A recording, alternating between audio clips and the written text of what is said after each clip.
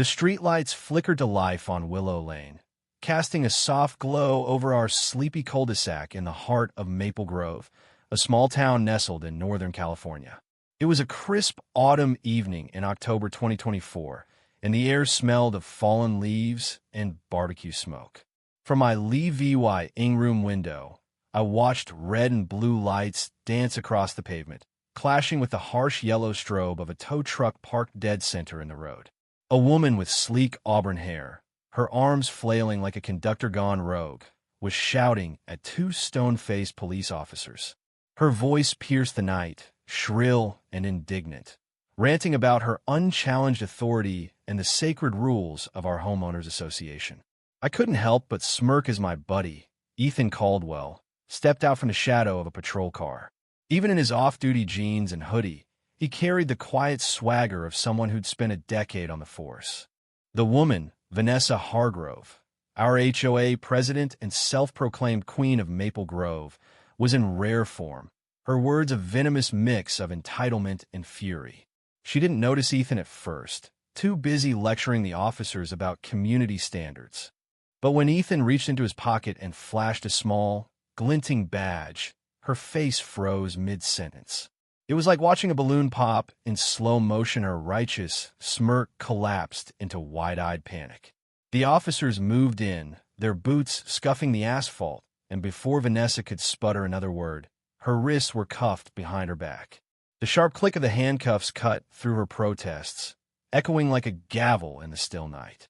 Neighbors peeked from behind curtains or stepped onto their porches, drawn by the chaos. Vanessa's manicured nails grasped at nothing as she was steered toward the patrol car, her voice now a desperate wail about lawsuits and important connections.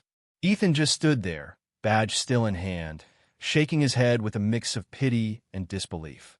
This whole fiasco had kicked off just 3 hours earlier. Ethan had swung by my place on Pinewood Drive for our usual Saturday barbecue, a ritual we'd kept up since college. He'd been pulling brutal double shifts at the downtown station in nearby Redwood City, and the guy needed a break badly. His beat-up Toyota Corolla, as unremarkable as they come, was parked legally on the street outside my house, neatly within the lines and well clear of the fire hydrant. I'd been butting heads with Vanessa's HOA tyranny for nearly 2 years, ever since she'd waltzed into the president's seat unopposed in 2022. Nobody else wanted the gig, and we all paid the price for it. Vanessa had turned our cozy little neighborhood into her personal fiefdom, enforcing rules that seemed to shift with her mood. Surprise inspections, petty fines, and cryptic notices became our new normal. It was like living under a dictator with a clipboard and a vendetta. Just last month, she'd slapped a citation on old Mrs. Lynn, our sweet 80-year-old neighbor, because her flower pot was 1 inch too wide for the porch decor guidelines Vanessa had dreamed up. The month before, she'd gone after the Carter family, claiming their daughter's bike rack was a VY Sewell nuisance, even though it had been there since the house was built a decade ago. Vanessa even had the nerve to whip out a color swatch book to check the exact hue of people's front doors, finding anyone whose shade strayed from her approved palette. Ethan and I were just firing up the grill when I spotted her prowling around his car, her navy blazer and pressed slacks screaming official business. Her hair was tied back in a bun, so tight it looked painful, and she clutched her clipboard like it was the Constitution itself. I should have stepped outside right then, but part of me was morbidly curious to see what nonsense she'd cook up this time. Vanessa was relentless, stalking Ethan's car like a predator, snapping photos with her phone and measuring the curb distance with a tape measure she carried like a badge of honor. She circled the Toyota 4 times, her lips pursed in concentration, hunting for any excuse to flex her power. The car was parked flawlessly. Ethan's a cop, for crying out loud. He knows the rules. But Vanessa wasn't about to let facts ruin her crusade. She pulled out her phone, her gestures sharp and theatrical, and I caught snippets of her conversation through the kitchen window. Unauthorized vehicle. Potential threat to the neighborhood. Her tone dripped with fake urgency, the kind she used to make herself sound like the sheriff of Maple Grove. What burned me up most was her hypocrisy. Vanessa's own guests parked like they owned the place, blocking driveways and hydrants without a peep from her. Just 2 weeks ago, Her cousin's garish yellow SUV had sprawled across 3 spaces for an entire weekend, but apparently, that was a special exemption. Meanwhile, Ethan's car was public enemy number 1. As we seasoned the steaks, I heard the low growl of a diesel engine. A tow truck lumbered onto our street, its driver looking like he'd rather be anywhere else. Vanessa had been terrorizing this guy with calls all week, and this was probably his 4th trip to our neighborhood in as many days. She'd been on a rampage, targeting any car she didn't recognize as approved. I nudged Ethan and pointed out the window. His jaw tightened as he watched the driver hook chains to his front bumper. Vanessa stood nearby, arms crossed, her smug grin practically glowing in the dusk. She was chatting up Mrs. Delgado from across the street, gesturing at the car like she'd just busted a drug ring. Ethan was halfway to the door when the tow truck's winch started to lift his car, the tires scraping the pavement. I braced for an explosion's got a temper when push-butt Ethan surprised me. He stayed cool, pulling out his phone and dialing his precinct. His voice was steady as he reported the situation, GIVYing his badge number and requesting backup. No yelling, no drama, just the calm of someone who knew the law was on his side. Vanessa spotted us coming and squared her shoulders, ready for war. "I'm cleaning up this neighborhood," she declared, her voice thick with condescension. "Only residents and registered guests can park here." She waved her clipboard like a scepter, announcing that Ethan's car would stay impounded until he complied with HOA registration. She leaned in, her eyes gleaming with glee, and launched into a tirade about suspicious vehicles and security risks. According to her, she'd been monitoring threats for weeks, and Ethan's Corolla was practically a national emergency. She even whipped out a laminated sheet of parking regulations that looked like she'd slapped together in Microsoft Word, complete with clip art borders. Ethan let her talk, his face unreadable, his police training kicking in.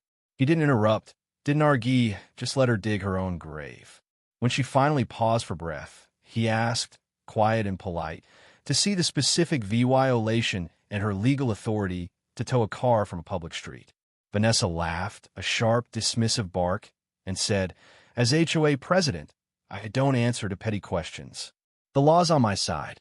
The irony was thicker than the barbecue smoke. Here she was, preaching about the law to a guy who'd spent his career enforcing it.